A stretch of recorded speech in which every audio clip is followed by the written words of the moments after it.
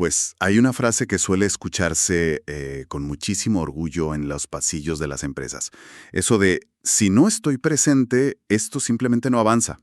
Uf, sí, suena casi a una medalla al mérito, ¿verdad? Totalmente. Pero a ver, ¿qué pasa si en realidad esto es el diagnóstico de una operación frágil y, bueno, al borde del colapso? Hoy vamos a sumergirnos a fondo en unos apuntes fascinantes sobre gestión empresarial del autor Ricardo Bolaños. Y nuestra misión en este análisis creo que es entender por qué el éxito inicial de un negocio muchas veces se convierte en una trampa de agotamiento. Y lo más importante, cómo desarmarla. Exacto.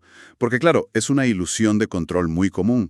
Quien funda un negocio suele creer que supervisar cada mínimo detalle es sinónimo de liderazgo. Claro, pero la realidad es que centralizar pagos, decisiones y hasta los conflictos menores, pues convierte la dirección en un cuello de botella. El crecimiento se paraliza por completo. Es como tener un motor deportivo potentísimo, pero obligarlo a pasar todo su combustible por una pajita. Sí, sí, se va a ahogar. Exacto. El motor jamás va a dar su máximo rendimiento.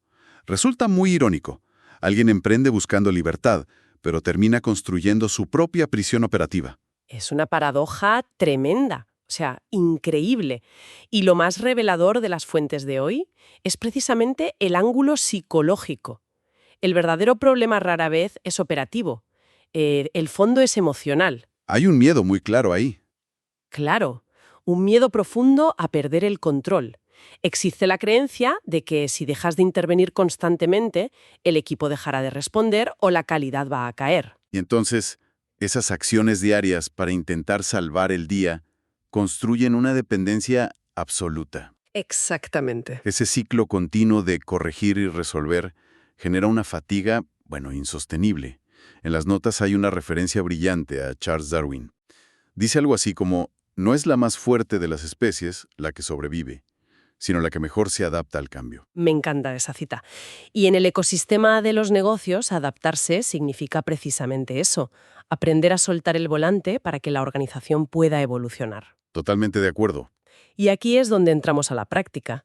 Como explica Ricardo en su experiencia ordenando empresas, el objetivo de delegar no es que la dirección desaparezca por arte de magia. Claro, no es esfumarse de un día para otro. No, no, es crear un sistema verdaderamente autónomo.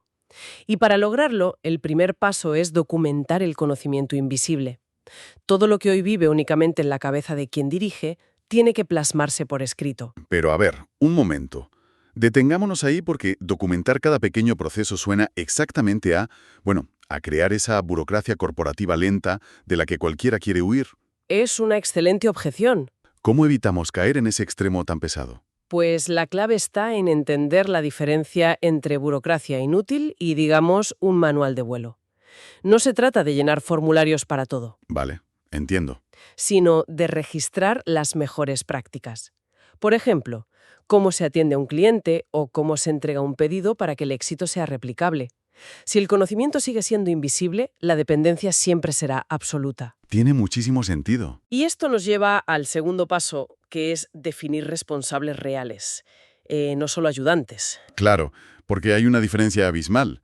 Si varias personas solo ayudan, pues al final nadie es verdaderamente dueño del resultado. Alguien tiene que responder de principio a fin por ese proceso. Así es. Y para poder confiar en esos responsables, sin caer en la tentación de vigilarlos todo el tiempo, llegamos al tercer elemento: implementar indicadores básicos. Medir ventas, cobranza, errores. Eso es, o el flujo de efectivo. Los indicadores son, en el fondo, el lenguaje de la autonomía. Cuando los números hablan de manera transparente, ya no hace falta perseguir a la gente. Simplemente se revisan los resultados sin hacer microgestión. Y bueno, finalmente las fuentes apuntan a un cuarto paso muy actual: apoyarse en la inteligencia artificial para tareas repetitivas. Fundamental hoy en día. Sí. Y Ricardo ha acompañado a muchas empresas en procesos como este, y siempre resalta algo vital. Usar tecnología no sustituye el liderazgo ni el talento humano. Exacto. Su función real es eliminar esa carga operativa que drena la energía. El objetivo de automatizar es liberar horas valiosas para realizar trabajo que de verdad sea estratégico. O sea, en lugar de estar metiendo datos manualmente, la mente está pensando en el crecimiento a futuro de la compañía. Precisamente. Y todo este análisis nos obliga a mirar nuevamente la escena inicial. Eso de afirmar con orgullo, si no estoy, esto no funciona. Sí, la famosa medalla al mérito que decíamos al principio. Esa misma. Esa frase no describe fortaleza en absoluto. Describe una vulnerabilidad extrema, donde el negocio pende de un hilo.